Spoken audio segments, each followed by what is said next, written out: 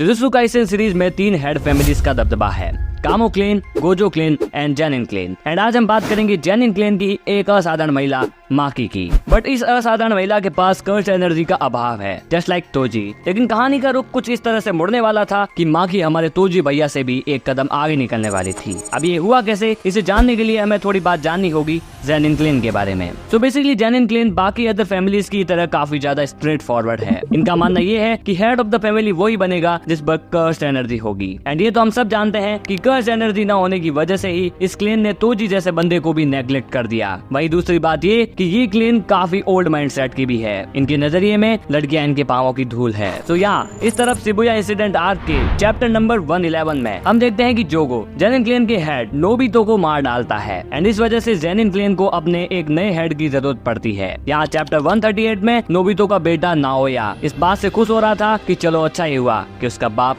मर गया। एंड अब ऐसा क्यों? बिकॉज नाओया को हेड बनने का लालच हो गया था। एंड अब वो श्योर था कि फाइनली वो ही जेनिन क्लैन का हेड बनेगा। वहीं दूसरी तरफ नाओया ये देखता है कि जेनिन क्लैन के 2 और फर्स्ट ग्रेड सोर्सरर्स जुनिची एंड ओगी भी हेड फैमिली के हाउस में आ गए थे। तो यहाँ अब ओगी कहता है कि तुम्हारे फादर की आखिरी सलामी का समय है और तुम यहाँ मजे कर रहे हो। इस पर नाओया कहता है कि इससे उसे फर्क नहीं पड़ता, अब चाहे वो आए या ना आए, अगला हेड तो जेनिन क्लैन का वो ही बनेगा ना। एंड ऐसा ये मुफट इसलिए कहता है क्योंकि नाओया का मानना था कि उसके सभी बड़े भाई नल्ली किस्म के हैं एंड उसके चाचा यानी मे एंड माकी के डैड ओगी वो तो हेड बन ही नहीं सकते बिकॉज उनकी बेटियों में बिल्कुल दम ही नहीं है। अब इसका क्या रीजन था वो मैं तुम्हें आगे बताऊंगा। बात रही जुनिची की तो तुम तो रहने ही दो, एंड तोजी वो तो मर चुका है, तो पीछे बचा कौन हेड बनने वाला? नाओया। तो इस बात को सुनकर जुनिची एंड ओगी गुस्सा होकर नाओया पर वार कर देते हैं। लेकिन तभी अचानक से उनके दरवाजे पर फुरादाते नाम का एक बंदा आता है जो कि समझ लो इस क्लैन का फैमिली वकील है। तो फुरादाते यहाँ नाओबितो के द्वारा बनाई गई विल यानी वसीयत को लेकर वहाँ पहुँचता है एंड सभी के समक्ष ये बात बताता है कि जेनिन क्लैन का 27वां हेड नाओया नहीं बनेगा बल्कि वो बनेगा मेगुमी। एंड ऐसा क्यों? बिकॉज मेगुमी पर 10 शैडो टेक्निक है। सो इस बात को सुनकर नाओया गुस्सा हो जाता है एंड वहीं का वहीं ये डिसाइड कर लेता है कि वो मेगुमी को खत्म कर डालेगा। अब यहाँ चैप्टर 148 में हम देखते हैं कि माकी जो कि जेनिन फैमिली की हेड हाउस में आती है एंड आते साथ ही उसे नाओया दिखता है। अब यहाँ नाओया उसे टीज करते हुए कहता है, ओहो जले चेहरे वाली लड़की, अरे तुम यहाँ कैसे? अब तो तुम्हारे पास ना तो चेहरा बचा है और ना ही कर्स्ड एनर्जी, अब तुम किस काम की हो?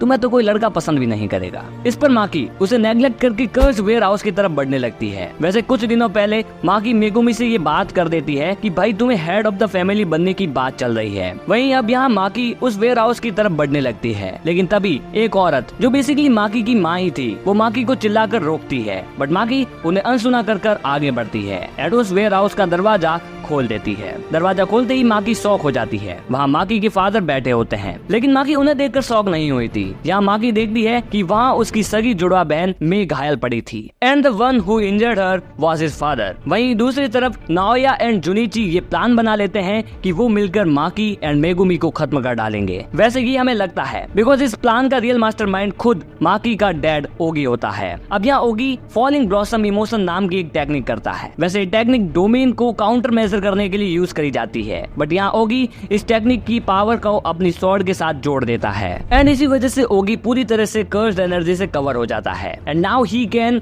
काउंटर हिज अटैक अगेंस्ट माकी। लेकिन कहते हैं ना कि बाप 1 नंबरी तो बेटी 10 नंबरी। यहाँ माकी ड्रैगन बोन नाम की एक जबरदस्त स्वॉर्ड निकालती है जो कि पूरी हड्डियों से बनी होती है। इस स्वॉर्ड में छोटे छोटे होल्स हैं एंड जहाँ से कर्स्ड एनर्जी निकलती है एंड यही चीज इस स्वॉर्ड को काफी पावरफुल बनाती है। चलो अब बढ़ते हैं फाइट की तरफ। फाइट बड़ी इंटेंस थी। यहाँ बाप एंड बेटी की फाइट में बाप डोमिनेंट रह रहा था। यहाँ काउंटर अटैक में बाकी अपनी स्वॉर्ड को इतना इफेक्टिवली यूज करती है कि उस स्वॉर्ड के एक ही वार से ओगी की तलवार टूट जाती है। बट ओगी इस टूटी तलवार से भी नहीं रुकता। यहाँ ओगी इतना जोर का स्लैश देता है इसी टूटी तलवार से जिससे माकी की आंतें हिल जाती है। वहीं ओगी रुकता नहीं एंड सीधा माकी के मुंह पर वार कर देता है एंड यहाँ माकी अपने बाप से हार जाती है। यहाँ ओगी माकी को हराकर ये कहता है कि तुम्हें मालूम है कि मैं जेनिन क्लैन का हेड क्यों नहीं बन पाया? क्योंकि मेरे बच्चे किसी काम के नहीं हैं। वैसे ओगी का हमेशा से ये मानना रहा है कि वो उनकी बेटियों की वजह से हेड ऑफ द फैमिली नहीं बन पाया एंड ऐसा इसीलिए भी बिकॉज वो ओगी के साथ कदम से कदम मिलाकर नहीं चल रही थी एंड इसी वजह से ओगी अपनी दोनों बेटियों को वर्थलेस मानता था। अब यहाँ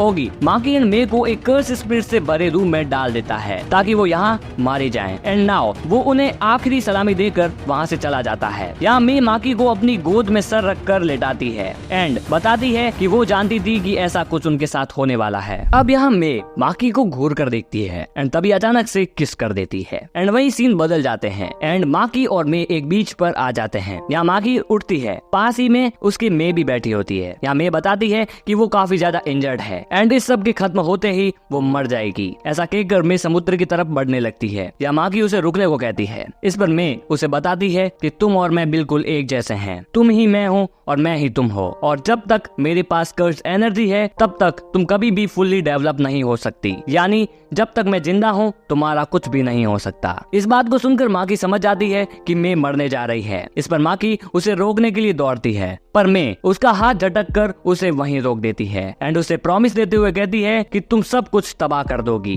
वैसे यहाँ माकी यहाँ अपना पास देखती हुई सोचती है कि उसे मे ने एक पौधा दिया, बट असल में मे उसे एक तलवार दे देती है एंड साथ ही यहाँ डेथ हो जाती है मे की। यहाँ माकी की आंख खुलती है और वो देखती है कि उसके चारों ओर कर्स स्पिरिट ही कर्स स्पिरिट होती है। यहाँ ओगी भी अचानक से पीछे मुड़कर देखता है।